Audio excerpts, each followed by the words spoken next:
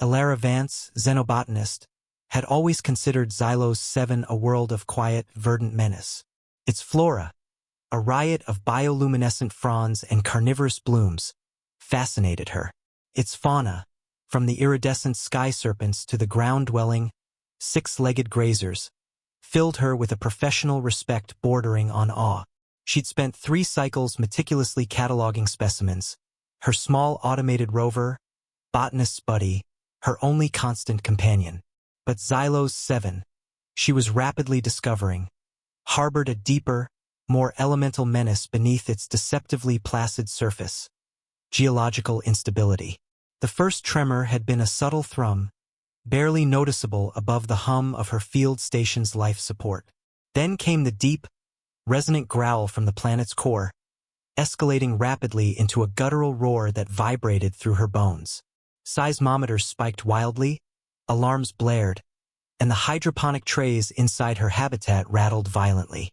"Buddy, emergency egress!" she yelled, scrambling for her survival pack. "Seismic event, Category 5. Get us clear of this ridge." The rover, a squat, armored vehicle designed for planetary surveys, rumbled to life, its treads biting into the rich, red soil. Outside, the world was coming apart. Towering crystalline formations, usually sparkling serenely in Xylos 7's triple-star light, fractured and shed glistening shards. Chasms ripped open across the plains, swallowing entire groves of sentient mimic trees. Elara wrestled the controls, guiding Buddy away from the direct path of a collapsing cliff face. The comms were dead, swallowed by the planetary upheaval. She was alone, caught in Xylos 7's primal tantrum. Her escape route, a narrow canyon she'd mapped as a safe passage to higher, more stable ground, was now a death trap of falling rock and shifting earth. She swerved to avoid a shower of debris, the rover listing precariously. It was then, amidst the deafening chaos, that she heard it. A sound that cut through the rumbling of the planet, a sound that froze her blood. A roar, not the planet's geological roar, but a living, breathing predator's roar. Kthar. She knew the Kthar. Every xenobiologist did. They were the undisputed apex predators of this sector, solitary hunters whose territoriality was legendary. They resembled nothing so much as massive, six-limbed felines, scaled with obsidian hide, razor claws that could cleave durasteel, and eyes that glowed with predatory intelligence. They were rarely seen, more often heard. Their territorial calls, a resonant, bone-shaking rumble, were enough to send even the most hardened explorers retreating. And this roar was different. It was laced with something Elara had never associated with the terrifying Kthar: pain. Against every survival instinct, Elara brought Buddy to a shuddering halt. The sound was coming from a rocky outcrop, half-collapsed, nestled against the canyon wall. A dark maw, the entrance to what must be a den, was now partially caved in. The roar came again, weaker this time, a pained growl that ended in a desperate whine. Curiosity, or perhaps a morbid fascination, compelled her. She activated the external floodlights. There, half buried by jagged rocks, was the source of the sound. Kthar. It was immense, even larger than the speculative schematics suggested. Its obsidian hide marred by fresh wounds, blood oozing from deep gashes along its flank. One of its powerful forelimbs was trapped beneath a massive boulder, pinning it. Its glowing golden eyes, usually alight with savage ferocity, were now wide with an agony that transcended mere physical pain. And then Elara saw them. 3 small, mewling bundles of obsidian fur, no bigger than her torso, huddled together in a precarious alcove within the den. Kthar cubs, blind, helpless, utterly vulnerable. The ground shuddered again, and more rocks tumbled from the ceiling, narrowly missing the tiny forms. The mother Kthar let out another desperate, guttural cry, a sound of pure anguish and helplessness. Her head swung towards Elara, those burning golden eyes locking onto her. Terror seized Elara, cold and absolute. She was trapped, a potential meal, a trespasser in a predator's most sacred space. Her hand hovered over the rover's accelerator, the urge to flee overwhelming. But the Cthar didn't move to attack. Couldn't. Its gaze remained fixed on her, and something shifted in those golden depths. A spark of raw, desperate pleading. The Cthar shifted its massive head, nudging it towards the shivering cubs, then back at Elara. A low, rumbling whimper escaped its throat, a sound so utterly unlike the terrifying roars she'd heard just moments before. It was a plea, stark and unmistakable. Help them. Elara stared, her mind reeling. A Cthar, trapped and vulnerable, was entrusting its young to a creature it likely considered prey. It was a gamble, a desperate, final throw of the dice for a species that rarely gambled. She looked at the cubs, tiny and helpless, then back at the mother, whose breaths were becoming shallow, ragged. Another tremor, stronger this time, shook the canyon. The precarious alcove holding the cubs began to crack. Fear warred with a primal, illogical surge of empathy. These were lives. Helpless, innocent lives. And their mother, a creature of fearsome power, was begging her. With a deep, shaky breath, Elara made a decision that defied every ounce of logic and self-preservation. She unbuckled her harness, pushed open the rover's hatch, and stepped out onto the trembling ground. The Cthar watched, its golden eyes unblinking, as the fragile human advanced towards its den, towards its precious, vulnerable offspring. The air within the Cthar den was thick with the scent of damp earth, primal musk, and the metallic tang of fresh blood. Elara moved with agonizing slowness, each step punctuated by the groaning of the rock overhead.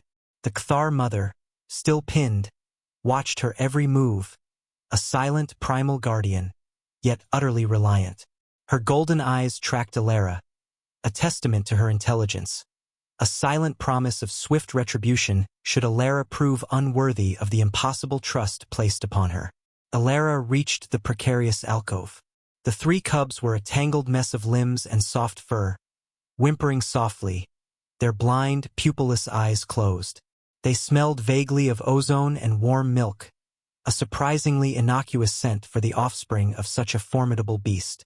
She hesitated, unsure of the protocol for handling alien young, especially those of an apex predator. Was touching them a challenge? An insult? But the alcove was fracturing rapidly, a hairline crack spreading across the ceiling above them like a spiderweb. There was no time for hesitation. With gentle, deliberate movements, Elara knelt. She extended a hand, palm open, towards the nearest cub. It twitched, its tiny claws unsheathing momentarily, before settling back into a shivering heap. The Cthar mother let out a low, warning rumble, a sound that vibrated through Elara's very core, a reminder of the raw power held at bay only by desperation. "Easy, big guy," Elara murmured, her voice soft but firm. "I'm not going to hurt them. I just need to get them out." She carefully scooped up the first cub, cradling it against her chest. It was surprisingly light, but its small body was dense with muscle, and its fur was coarse but warm. The mother Cthar's rumbling subsided slightly, replaced by a low, mournful keen. One by one, Elara extracted the cubs from the crumbling alcove. The second cub squirmed, its tiny claws snagging on her jumpsuit, but she held it securely. The third, the smallest, felt fragile in her arms. She carried them back towards the botanist's buddy, her back to the injured Cthar mother, a testament to the strange, unspoken truce forged in desperation. "Okay, little ones," she whispered as she gently placed them on a padded medical cot inside the rover. The interior of the vehicle, usually a place of sterile solitude, was now filled with the alien chirps and soft whimpers of the cubs. The mother Cthar, through the open hatch, could clearly see her offspring. Elara glanced back. The Cthar's eyes, though still filled with pain, held a flicker of something new. Intense, analytical observation. Elara knew she couldn't simply leave them in the rover. The tremors were ongoing, and Xylos 7 was rapidly becoming uninhabitable. She needed to move the rover to higher, more stable ground, a plateau she'd identified as a potential emergency landing zone for rescue, if rescue ever came. But the Cthar mother was still trapped. She grabbed a length of reinforced synthetic rope from her emergency kit and a small, collapsible digging tool. "I'm going to try and help her, buddy," she told the rover's AI, though she knew it couldn't offer anything but data. "Keep an eye on the little ones." The boulder pinning the Cthar was immense, far too heavy for Elara to move alone. But its base was unstable from the seismic activity. With the digging tool, she began to carefully clear away the smaller rocks and debris around the trapped limb, searching for leverage. The Cthar watched, its pain evident in the strained muscles of its massive body, but its focus unwavering. Hours blurred into a grueling, exhausting ordeal. Elara worked until her muscles screamed, the air growing thick with dust and the scent of ozone. She dislodged a critical keystone rock, then another. Finally, with a desperate grunt and the combined force of the rover's winch attached to the boulder, Elara managed to shift it just enough. The Cthar let out a shuddering breath, pulling its limb free with a pained effort. The limb was badly mangled, useless. The Cthar staggered, then collapsed again, its immense body trembling. It was too injured to move its cubs, too injured to hunt, too injured to survive the brutal Xylos 7 seismic shifts. Its golden eyes met Elara's again, and a new kind of silent plea passed between them. A desperate, impossible request. Elara knew. The Cthar was entrusting its most precious cargo to her. It was accepting its fate, but not the fate of its young. It was asking her to take them, to protect them. The ground beneath them groaned ominously. More rocks peeled away from the canyon wall, revealing unstable rock formations higher up. "Okay," Elara whispered, her voice hoarse from the dust and exertion. "Okay, I understand." With immense effort, the Cthar mother nudged her head towards the rover, then back towards Elara, a final weary gesture of absolute trust. She then turned her head, burying her face into the rubble, accepting her end. Elara stared for a long moment, a knot of grief and awe tightening in her chest. This creature, a symbol of untamed wilderness and deadly power, was sacrificing herself for her young, and placing her last hope in the hands of a perceived rival. The cubs whimpered inside the rover. Elara turned, her face grim. "Buddy, full power to treads. We're moving to the high plateau, and we have new passengers." She secured the hatch, the thrum of the rover's engine now muffled by the soft cries of the alien infants. As botanist's Buddy slowly pulled away from the collapsing den, Elara stole a final glance back. The Cthar mother lay still, half obscured by dust and shadow, a silent monument to maternal love and desperate faith. Elara felt the weight of an impossible responsibility settle upon her shoulders. She was now the guardian of 3 tiny, terrifying Cthar cubs, and somewhere, perhaps watching from the swirling dust and crumbling landscape, was the spirit of a predator who had chosen trust over instinct. The high plateau was Elara's salvation, a windswept expanse of ancient, petrified lava flows that seemed impervious to Xylos 7's geological tantrums. Her field station, surprisingly intact, hunkered down like a metal beetle amidst the bleak, rocky landscape. It was here, in the sterile confines of her living module, that Elara faced the bewildering reality of her new role. The 3 Cthar cubs, whom she'd provisionally named Alpha, Beta, and Gamma for lack of better identifiers, were bundles of pure, instinct-driven energy. They chirped, they mewled, they gnawed on anything they could reach with their surprisingly sharp nubs of teeth. They were also utterly dependent. "Right, nutrition," Elara muttered, staring at her nutrient paste dispenser. It was designed for human sustenance, a bland, protein-rich mush. She offered a small dollop to Alpha, who recoiled with an offended hiss.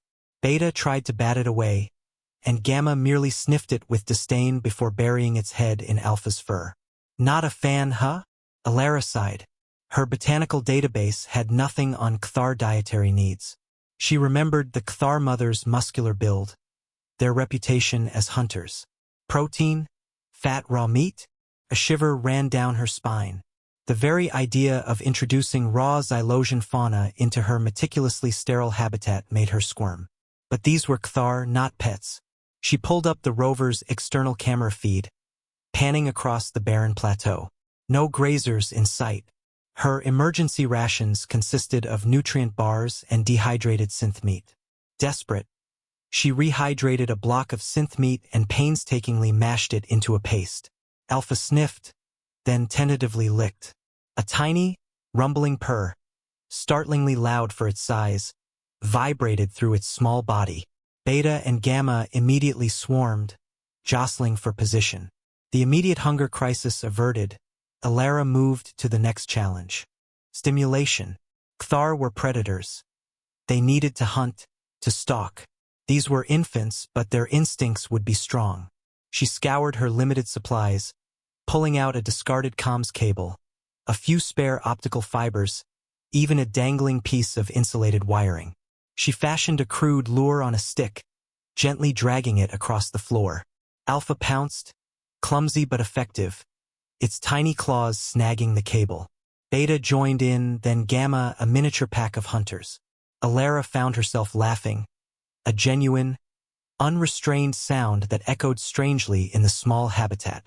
The cubs, for all their inherent ferocity, were undeniably adorable. Days turned into weeks.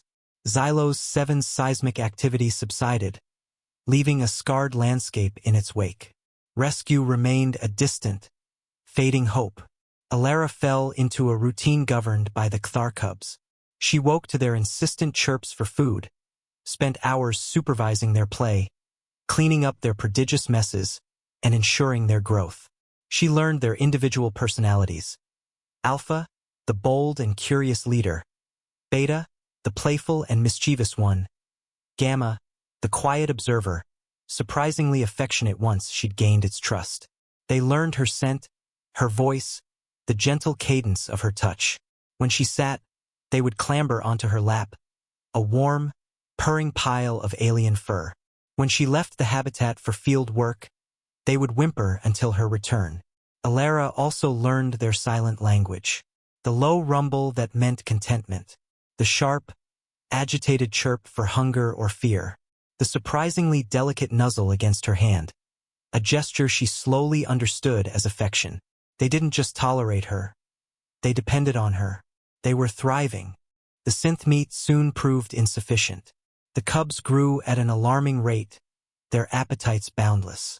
Their claws were longer now, their teeth sharper. Their movements, while still clumsy, hinted at the terrifying agility of their species. Elara knew she had to venture out, to hunt. She, the xenobotanist who usually observed life, now had to take it. Her first hunt was a desperate, almost comical affair. Armed with a stun rifle and a healthy dose of trepidation, she managed to incapacitate a plump, six-legged grazer. Dragging it back to the habitat was a Herculean task. The cubs descended upon it with an intensity that sent a fresh wave of trepidation through her. They tore at the meat, their instincts undeniable. It was brutal, primal, and necessary. Elara found herself growing accustomed to the sight, though the smell lingered. She also started teaching them. Not formal lessons, but through play. She would hide pieces of meat, encouraging them to use their nascent tracking abilities. She'd teach them to navigate the simplified obstacle course she built from discarded crates and equipment, sharpening their agility. She'd even mimic their guttural vocalizations, a deep, resonant rumble that seemed to soothe them. They would respond, their purrs echoing her own.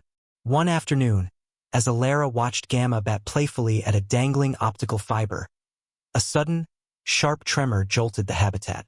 It wasn't the planet this time. It was a localized, grinding sound, accompanied by a high-pitched whine. Something was approaching, something large. The cubs, suddenly alert, bristled, their small bodies tensing, their blind eyes turning instinctively towards the source of the sound. A low, warning growl escaped Alpha. Elara's heart hammered against her ribs. She moved to the habitat's reinforced viewport, peering out into the dust-streaked horizon. A colossal, multi-limbed mining drone, one of the automated resource extractors from a long-abandoned human colony on Xylos 7, was lumbering towards them. Its massive drills were spinning, its optical sensors glowing red. It was off course, probably damaged by the seismic events, and its programmed path led directly through her habitat. It didn't register life forms, only mineral deposits. Elara felt a cold dread. She had no weapon capable of stopping such a leviathan. She had built this habitat to withstand the elements, not an unstoppable mining machine.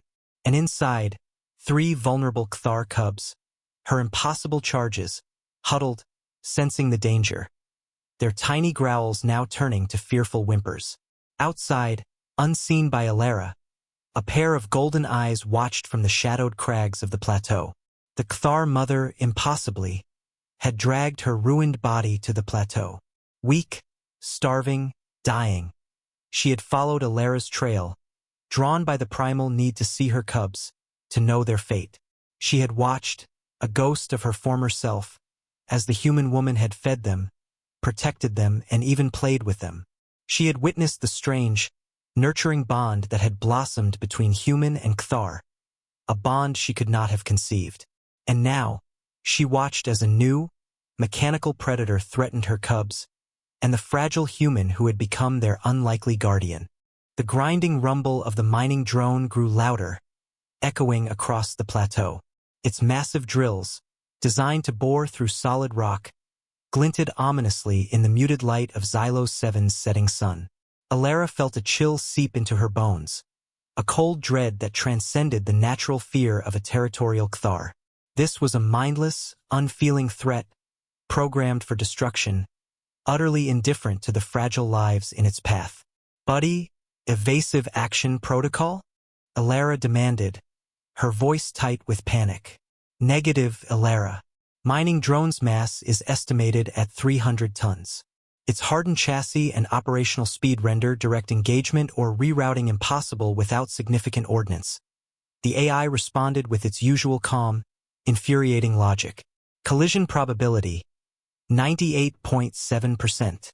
The cubs were whimpering loudly now, pressing themselves against Elara's legs. Alpha, usually the bravest, was trembling. Beta was trying to hide beneath a discarded equipment crate.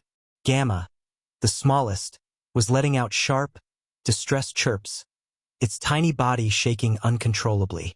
Their primal instincts screamed danger, a threat far removed from the natural predators they were born to become. Elara knew she couldn't fight the drone, but she wouldn't abandon the cubs. Not after everything. A fierce, protective surge, something maternal and utterly human, ignited within her. She grabbed her stun rifle, more out of habit than any real belief it would work. She scanned the habitat, her mind racing, desperate for any solution. Her eyes landed on the power conduits, a thick bundle of shielded cables running along the back wall, connecting the habitat's main reactor to its various systems. Then, the spare optical fibers she'd used for the cub's lure caught her eye. An idea, half-formed and utterly insane, sparked in her mind. "Buddy, emergency shutdown sequence for the main power grid. Now!" Elara commanded, her voice firm. "Elara, a full shutdown will render life support and external communications inoperable. It is ill-advised in current conditions." "Just do it," Elara snapped, already moving. She snatched a cutting tool and began frantically slicing through the optical fibers. The cubs watched her, their whines subsiding into curious silence as they sensed her urgency, her determined resolve. Outside, the Cthar mother, weakened by her injuries, pulled herself further up the rocky outcrop. Her golden eyes, dulled by pain and starvation, sharpened as she observed the lumbering metal beast. She recognized the threat, a different kind of predator, one she couldn't outwit or overpower. Her cubs were inside that fragile human structure.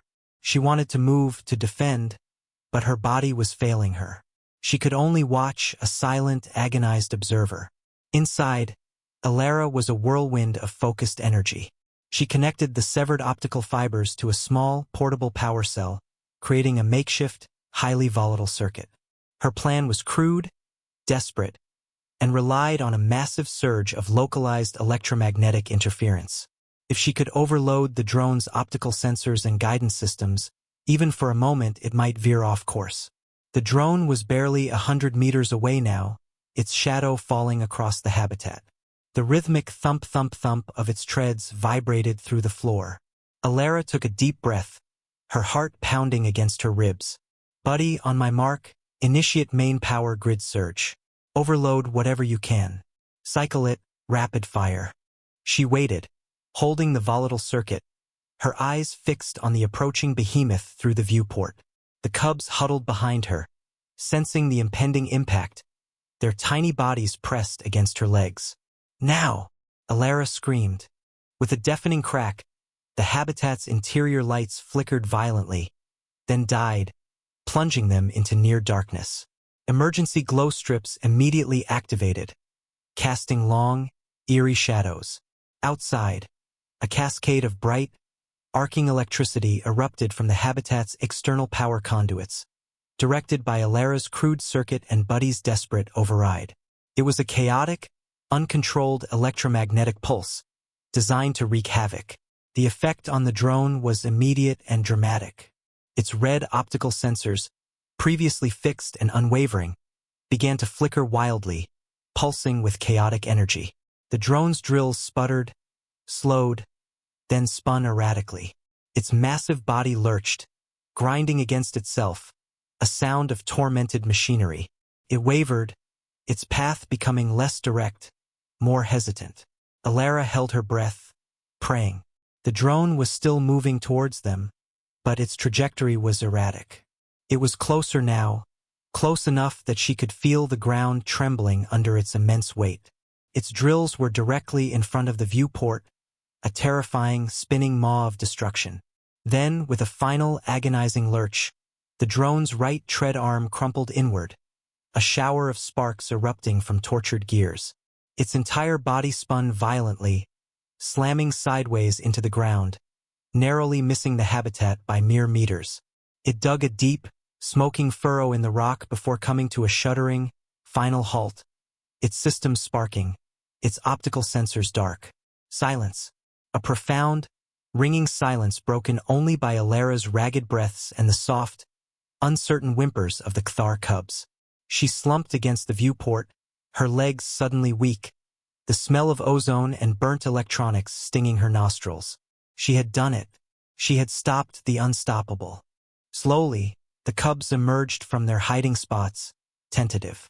Alpha nudged her hand, then licked it with a rough tongue. Beta climbed onto her shoulder, purring. Gamma, the smallest, burrowed into her neck, trembling. They were safe, because of her. Outside, unseen, the Cthar mother let out a low, guttural sound. It was not a roar of pain, nor a cry of despair. It was something akin to a shuddering exhalation, a sound of awe. She had seen it all. The human, a creature she had once considered soft prey, had faced down a mechanical titan, not with strength, but with intellect, resourcefulness, and a fierce, unwavering protectiveness for her young. The Cthar mother, a master hunter, understood courage. But this was something beyond courage. This was something uniquely human, something she had never witnessed, never imagined, something magnificent. The days following the drone incident passed in a blur of recovery and reflection. Elara had managed to patch up the habitat's power systems, but the close call had left a lingering sense of vulnerability. Still, the cubs were unharmed, a testament to her desperate ingenuity.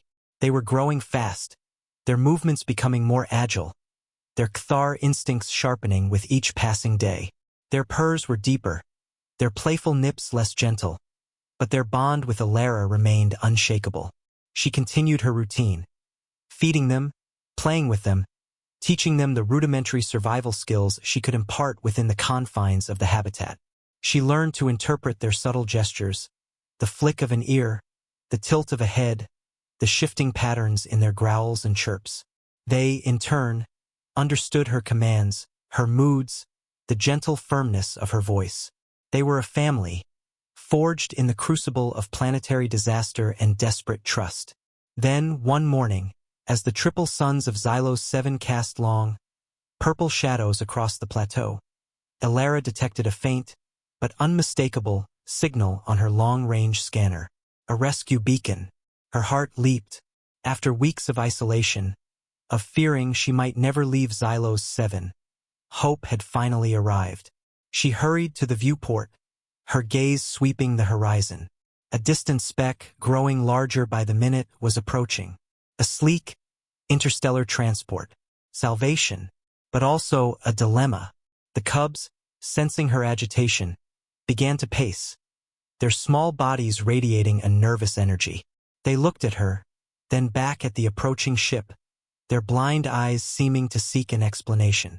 What would happen to them? Could she, a human, simply hand over 3 Cthar cubs to a rescue crew? The Cthar were formidable, but these were infants, accustomed to human care. The thought of them being confined, studied, or worse, returned to a wilderness they were too young to survive in, filled her with dread. As the ship drew closer, she felt a familiar presence. A faint, primal scent carried on the wind, a scent she had come to recognize as the Cthar mother. Elara activated the external cameras, scanning the rocky crags. There, partially hidden by shadow, lay the Cthar. She was weaker, barely moving, but her golden eyes were fixed on the approaching ship. She had witnessed the rescue's arrival. The rescue ship settled gently onto the plateau, its landing gear deploying with a soft hiss. The ramp extended and figures in environmental suits began to descend. Elara took a deep breath. She had to make a choice. She looked at the cubs, then back at the Cthar mother.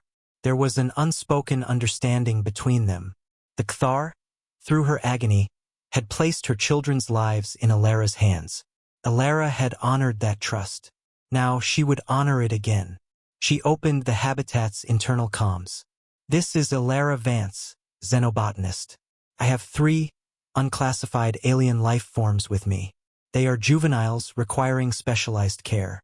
They are bonded to me." A moment of static, then a crisp voice. "Understood, Vance. Prepare for boarding. We'll assess the situation on arrival." Elara turned to the cubs. "Okay, little ones, time to go. It's going to be different, but you'll be safe. I promise." She gathered them close, Alpha purring loudly, Beta nuzzling her hand, and Gamma settling contentedly in her arms. As the rescue team entered the habitat, their initial expressions of relief quickly shifted to bewildered shock. 3 Cthar cubs, purring and rubbing against the human xenobotanist's legs. It was an image that defied every known xenological record. "Vance, are those Cthar?" One of the rescue officers, a grizzled veteran named Commander Thorn, finally managed to stammer, his eyes wide. "Juveniles," Elara confirmed, her voice calm. "Their mother was critically injured during the seismic event. She entrusted them to my care." She looked at Thorn, her gaze firm. "They are dependent on me.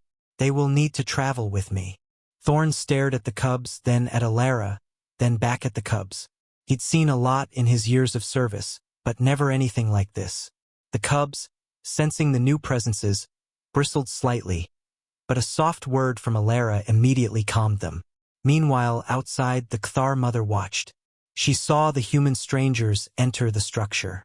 She saw Elara emerge, holding her cubs, her body language conveying protection and resolve. She watched as Elara spoke to the strangers, her voice firm.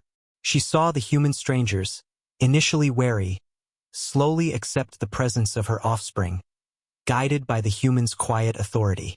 As the cubs were carefully transferred to a specialized containment unit on the ship, Elara lingered on the ramp, her gaze fixed on the Cthar mother. The powerful predator was now little more than a shadow, fading into the Xylos 7 landscape. Their eyes met, golden meeting hazel, in a final, profound moment of shared understanding. There was no growl, no roar, no threat, only a silent acknowledgement of a trust upheld, a life saved, and an impossible bond forged. The Cthar mother's gaze held a depth of emotion Elara could only guess at: gratitude, awe, and perhaps a new, complex understanding of the species called human. She had given her cubs to a creature of a different world, a different kind of predator. And that creature, instead of consuming them, had nurtured them, protected them, and fought for them. The predator had watched in awe at what happened, at the strange, fierce, beautiful compassion of a human heart. The ramp began to retract, and Elara stepped inside the ship, the cries of her Cthar family already echoing through the hull. As the ship ascended, leaving Xylos 7 and its silent, watching guardian behind, Elara knew one thing with absolute certainty. Her life, and perhaps the future of interspecies relations, had been irrevocably changed by the trust of a dying predator and the unexpected strength of human empathy.